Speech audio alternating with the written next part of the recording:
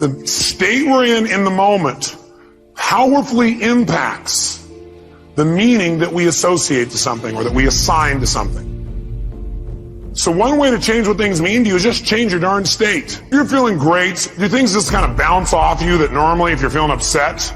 Would you change the way you look at them probably, change the way you feel about it? You bet. So we need to really still manage our state. And we talked about that a great deal last session. I want to make sure that that's part of your life's work. Because your life's work is really learning how to live in a way where you spend most of your time enjoying yourself, very little time in pain. Most of your time in pleasure, very little pain. And living your life hopefully in a way where not only do you feel good all the time, but the people around you feel good just by being around you. That because they're around you, they feel a lot less pain and a ton of pleasure. See, that's my idea of success. Success is when you learn to live your life in a way where you experience tons of pleasure every day and almost no pain.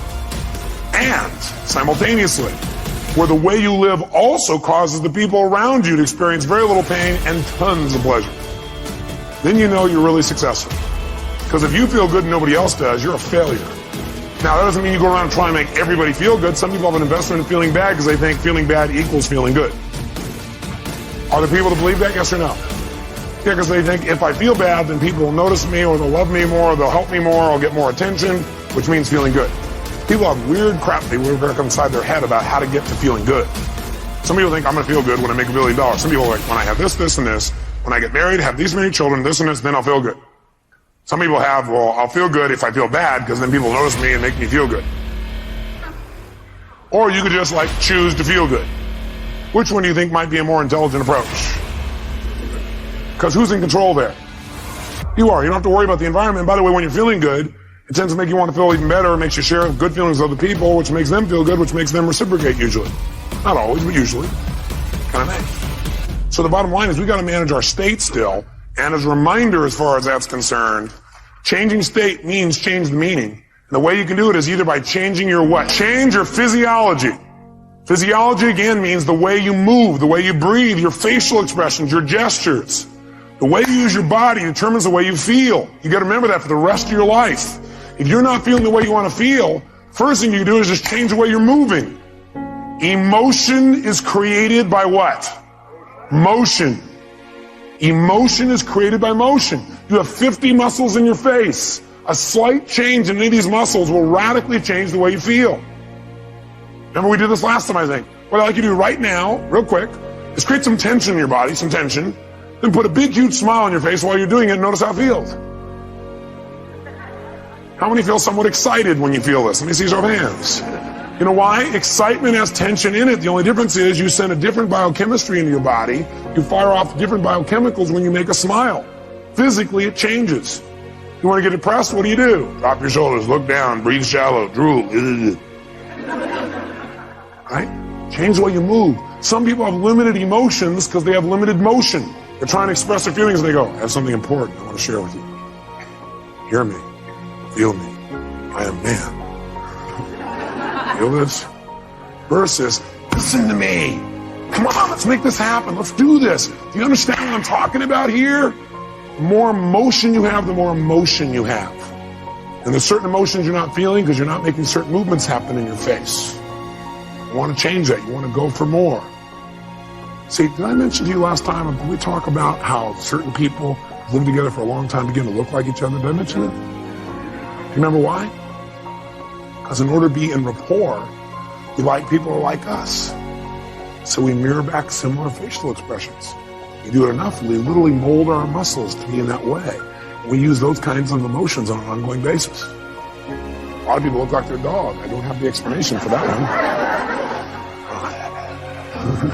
I don't know if they're mirroring in that case, right? Maybe they're trying to pick somebody like it, right?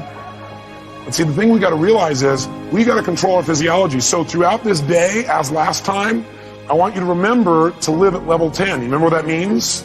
Living at level 10 means what you got to do is ask yourself on a scale from 0 to 10, where's my level of energy? 0 is dead, 10 is unstoppable. Which level is going to allow you to get more out of this weekend? Which one? 10, without a doubt. If nothing else happens from you coming to these fortune programs, but every time you get here, you demand from yourself for 4 days to live at level 10. You think you might develop a little stronger emotional muscle, yes or no? And pretty soon what used to be hard to do, like demanding 10, is the way you live. It's easy. It's like you can live that way easy, no problem. And now you go home and you live at that level. Does that impact your patients? Yes or no? Does that impact each other in the office? Yes or no? Does it impact your home life? Does that impact those ecstasy ideas we had about the relationship at home? Yes. See, if you're level 10 every time with your personal relationship, would that enhance it? Yes or no? So how do you determine whether you're at 10 or not? You decide to go there. And the way you decide to go there is you got to ask yourself on a regular basis, where am I? See, I found the more you measure something, the better it gets. But if you don't measure it, you're not going to do well. If you set a goal on New Year's Eve and then you check next New Year's, you're in trouble. Because you had one correction. It was at the end of the year and it was too late. Once a month, you got a better chance. Once a week, you can really have it. Once a day, you won't have a bad year. You won't have a bad month. The worst you have is a bad day. The more we measure, the better we get. So what we've got to do is ask ourselves, where are we on a scale from 0 to 10? Where are you right now on a scale from 0 to 10? Sit right now like you would if you were at level 10. Yeah, that's clear. You weren't at 10 then, isn't it? Come on, sit the way you be at level 10. I mean, absolutely, totally energized, excited, having fun, being outrageous, playful. Sit the way you be sitting right now if you're at level 10. Come on. And oh, you're not at 10. Come on. Come on, this is not 10. Let me see 10 here. Come on, even more energy, come on. Most of you would probably have to make some noise or do something with your body to get to level 10. Come on, wake your body up. Come on, come on, come on, come on, come on. Come on, wake your body up. Come on. Come on.